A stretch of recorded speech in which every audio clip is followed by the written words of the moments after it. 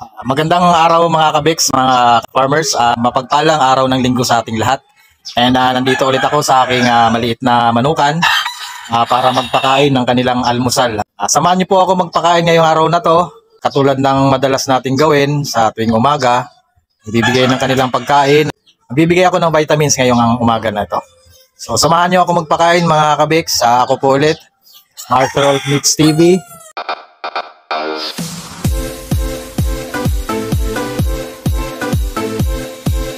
And welcome back sa aking YouTube channel and sa aking FB page at saka sa aking TikTok. Sa TikTok po mga kabik sa Marvy Farm. Sana i-follow nyo ang aking TikTok account at saka aking FB page at saka yung aking YouTube channel. So tara magpakain tayo mga kabiks. So ayan mga kabiks, nagbigay na tayo ng pagkain sa ating mga breeder na alaga. So ayan sila.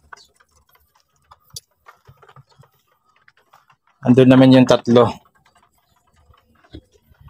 Tatlo at saka yung ating master na breeder roaster, si Bex, yung pinakapanganay ko na alagang roaster.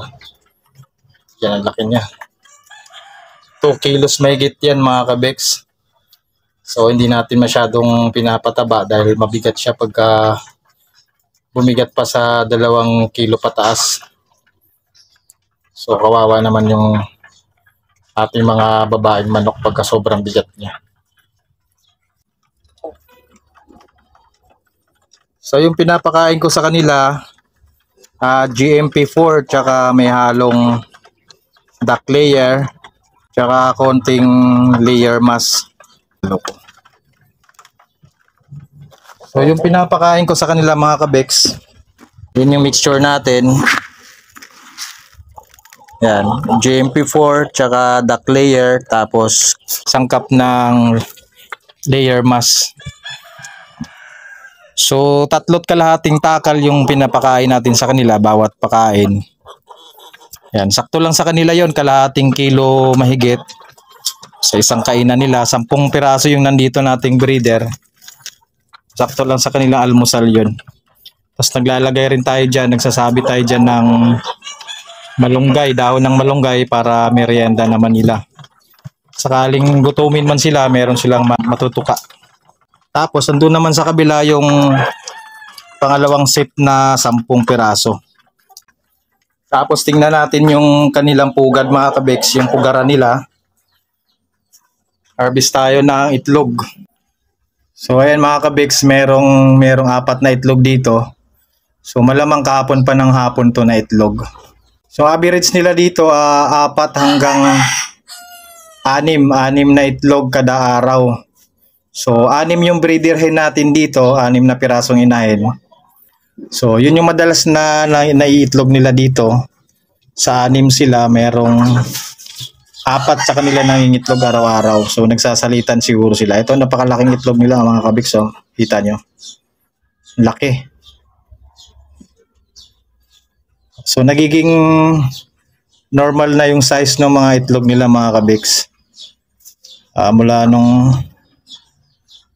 nag 6 months sila. Kumpara nung mga 5 months pa lang sila mahigit, medyo maliit yung mga itlog nila. Pero ngayon malalaki na yan, standard na. Siguro mga kung sa table eggs to, sa commercial egg, mga medium to large siguro yung size nito. Pero itong isa na itong malaki, XL lang size nito. Yan. Tapos doon sa kabila, harvest din tayo doon kung mayroon mang itlog. Doon naman ako magpakain ngayon. Lipat naman sa kabila. Yan mga kabits, dito naman ako magpakain. So bigyan ko muna sila ng saging bago ko bigyan ng feeds. Uy! Tatasas mo na! Oh, dini!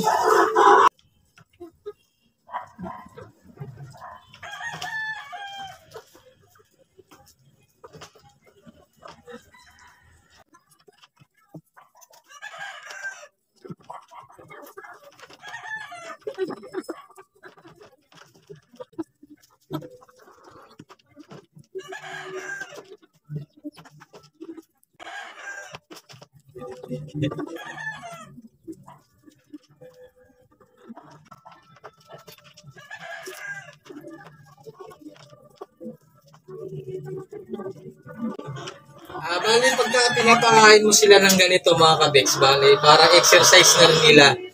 Dito mo kasi malalaman kung merong mahina sa kanila o masama yung pakiramdam at matamlay. So, malalaman mo dito sa ganitong pagpapakain. Kasi mag-uunahan sila sa pag-agaw ng sa pagkain ng saging eh. Kung may nanghihina man, malalaman mo kasi hindi siya masyadong agresibo.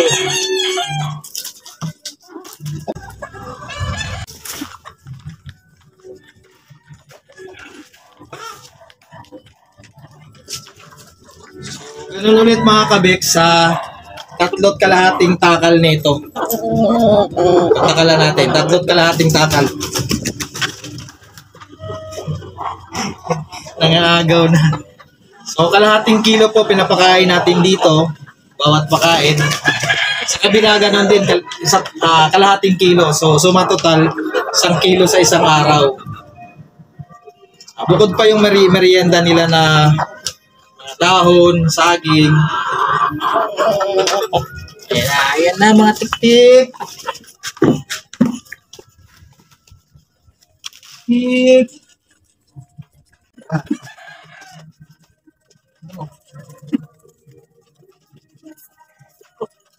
Ate. So ayan mga kabeks, meron namang 3 itlog dito. Ayan, kunin na natin. 3 egg. Medyo maliit yung isa pero di naman ganun kaliit. Ayan. 3 egg. So 3 egg yung na-harvest natin dito. Tapos sa kabila 5 egg naman lahat doon, 5 itlog. So 8 itlog yung na-harvest natin ngayong umaga na to. Ayan, konti na lang yung dayami na nasa loob mga kabeks. Pero nung nilagay ko to, ang dami yan, punong-puno yan. Kaso lang nalalaglag yung iba pagka kinakaykay nila. Eh, syempre ano yan eh, ugali ng manok yan bago mangitlog nagkakaykay. Kaya nalalaglag dito sa baba yung iba. So lalagyan ko na lang siya ulit. So mga kabeks, hugasan ko naman yung lagayan nila ng tubig inumin. Tuwing umaga hinugasan ito mga kabeks para laging malinis. So bago ko salinan ulit ng bagong tubig na inumin.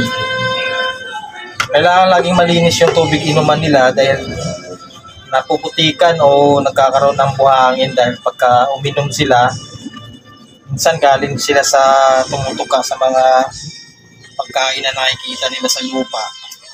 So kaya natudumihan yung ganito nila yung ganito ng painuman nila. So, kailangan laging malinis to. Kailangan hugasan natin lagi para maiwasan na magkaroon ng mikrobyo, para laging malusog yung mga alaga natin, mga alagang manok. Kailangan laging malinis din yung kanilang tubig, lagayan ng tubig inumin, saka yung kanilang pagkain.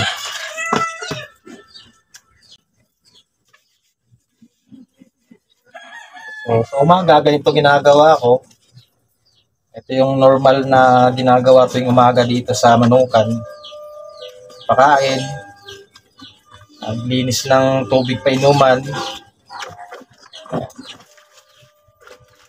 Tapos, maglalagay ako ng vitamins sa kanilang tubig. Alternate ako naglalagay ng vitamins sa kanilang tubig inumin. Hindi naman araw-araw.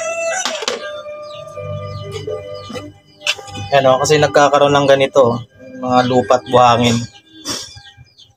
naiipon. Normal naman yun sa manukan, lalo na pagka free range dahil nga yung maiwasan tumutuka sila sa yung mga nakikita ng pagkain sa lupa. So pagkatapos na tumuka at kumain sa mga pagkain na nakikita nila sa lupa, kung uminom sila ng tubig, ito yun, naiiwan dito yung lupa o kaya mga buhangin. So, kailangan hugasan din para malinis.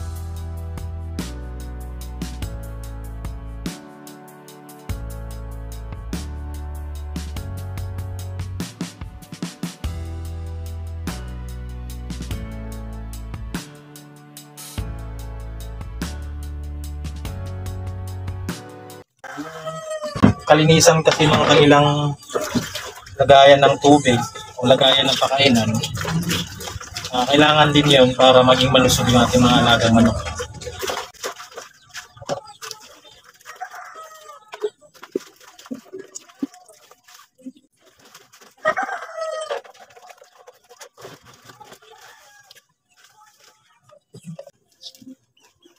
So ayan mga kabeks, maglalagay ako ng vitamin sa tubig inumin ng aking mga alaga.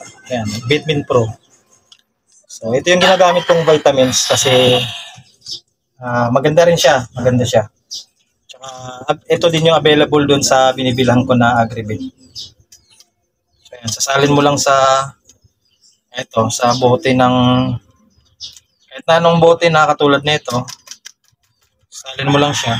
So yung isang ganito, isang sachet, katumbas nito, 1 galon na tubig inumin. So pwede naman kahit na mas marami sa 1 galon yung tubig niya. Okay lang yun. So buong maghapon na to, isang sachet na ganito para sa 20 heads natin na alaga. Lagyan ko ng tubig mga kabeks. Tutunawin ko lang siya dito bago ko isalin dun sa mga lagayan ng tubig pa inuman na aking mga alagang manok.